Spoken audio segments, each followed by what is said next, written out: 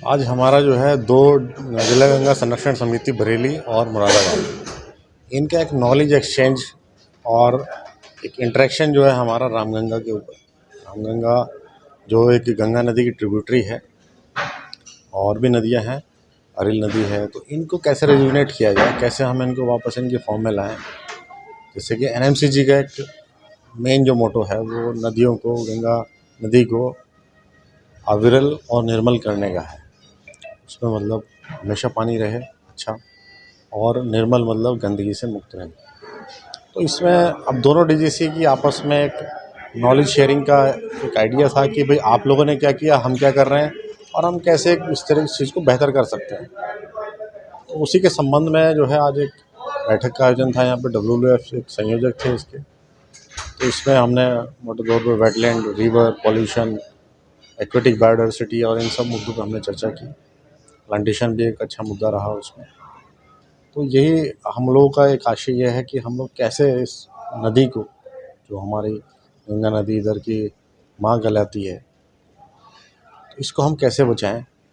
और बचेगी तभी जब हम इसकी जो ट्रिब्यूटरीज हैं, इसकी सहायक नदियां हैं, जब हम उनको बचाएंगे। नहीं तो ये निरंतर जो है पॉल्यूटेड हो रही हैं, इनमें हमेशा प्रदूषण फैलता जा रहा है, बढ़ता जा रहा है। तो अगर हम सही समय पर सही एक्शन हमने नहीं लिया तो इनको बचा पाना बड़ा मुश्किल होगा। नदियों के उद्धार के लिए सर क्या निर्णय लिए गए हैं दोनों? देखिए, आज ये कोई निर्णय लेने का प्लेटफॉर्म नहीं था।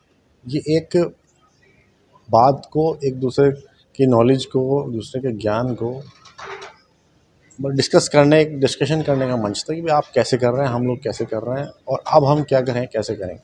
तो अभी ये चीज़ डिस्कशन अब आगे जो है अब हम यहाँ पे करेंगे अपनी डीजीसी के साथ, वो लोग वहाँ करेंगे अपने डीजीसी, क्योंकि इसमें जो चेयरमैन होते हैं डीएम साहब होते हैं। तो डीएम साहब के सामने जो है हम चीज़ें रखेंगे, साहब ऐसे ऐसे वहाँ हो रहा है, तो वो लोग फिर जो है इसको देखेंगे कौन इसमें और डिपार्टमेंट जोड़ने हैं, इसको कैसे हम आगे लेके चलेंगे।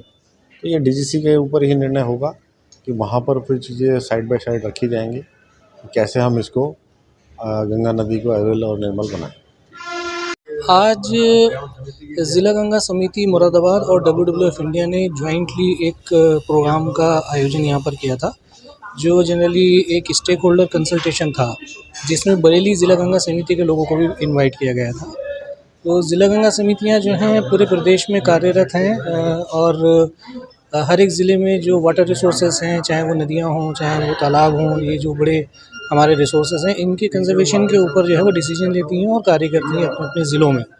तो रामगंगा नदी क्योंकि इन दो मुख्य ज़िलों से होकर बह रही है, मुरादाबाद और बरेली, तो WWF इंडिया का प्रयास है कि एक मंच, ऐसे मंच पे इन दोनों समितियों को लाया जाए जो डिसीजन ले सकें, जो कार्य कर सकें मिल करके रामगंगा नदी के उत्थान के लिए, और इनकी जो सहायक नदियां हैं जैसे अरिल नदी है, इसके लिए। तो ये कार्यक्रम आज था। आम जनमानस से क्या सहयोग की अपील करेंगे उत्थान के लिए नदियों का? हाँ, देखिए, जैसे जैसे सभी को पता है कि धीरे धीरे नदियाँ जो हैं वो विलुप्त होती चली जा रही हैं, और जो सबसे इम्पोर्टेंट नदी हमारे प्रदेश में वो गंगा नदी है, और गंगा नदी की सहायक नदियाँ हैं जो काली है, रामगंगा है, और फिर इनकी भी छोटी छोटी सहायक नदियाँ हैं।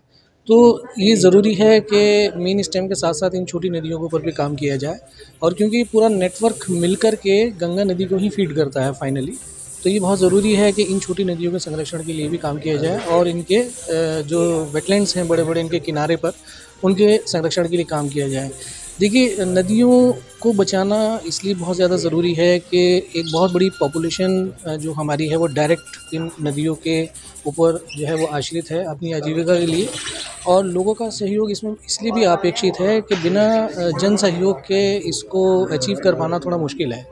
ठीक है, तो लोगों से जो है यही अपील है कि आप लोग आपका जो ग्राउंड वाटर है उसको हम मेंटेन कर सकें, नदियों को और जो तालाब हैं उनको हम बचा सकें, क्योंकि उनको पॉल्यूट करने के लिए भी हम ही लोग जिम्मेदार हैं, सब लोग मिलकर के। तो हाँ, नदी के उद्धार के लिए काम कर रहा है। देखिए, WWF इंडिया जो है पिछले 12-13 सालों से मुरादाबाद में काम कर रहा है रामगंगा नदी के संरक्षण के लिए, और क्योंकि रामगंगा नदी मुख्यतः बिजनौर, मुरादाबाद, बरेली, शाहजहाँपुर, ये 4 ज़िलों से होकर बहती है। तो इन चारों ज़िलों में ही हम लोग काम कर रहे हैं। और नदियों पर क्योंकि नदियों से जुड़ी हुई बात है, तो एग्रीकल्चर के साथ हम लोग काम करते हैं, डिस्ट्रिक्ट एडमिनिस्ट्रेशन के साथ हम लोग काम करते हैं, जिसमें अलग-अलग लाइन डिपार्टमेंट्स हैं।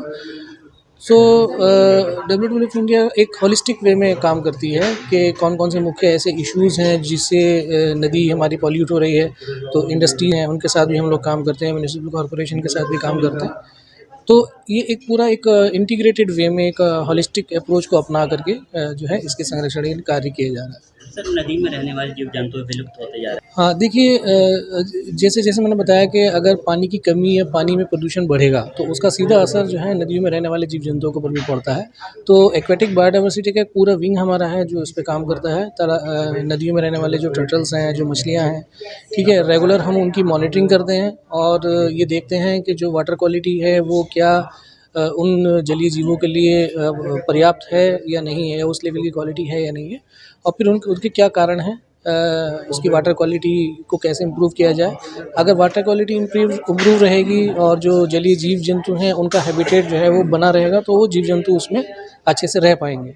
तो हम सभी का ये प्रयास है कि जैसे कछुए की जो पॉपुलेशन है आपको पता है, और पलेस की खेती क्योंकि हमारी नदियों किनारे होती है, जिसका असर जो है इनके आवासों पर पड़ता है, कछुए के आवासों पर पड़ता है। तो ऐसे लोगों को जागरूक करना, ऐसे किसानों को सेंसिटाइज़ करना कि वो टर्टल्स के जो नेस्ट हैं वो अगर उनके खेतों में पाए जाते हैं तो वो उनकी रक्षा करें, उनके बारे में हमें जानकारी दें।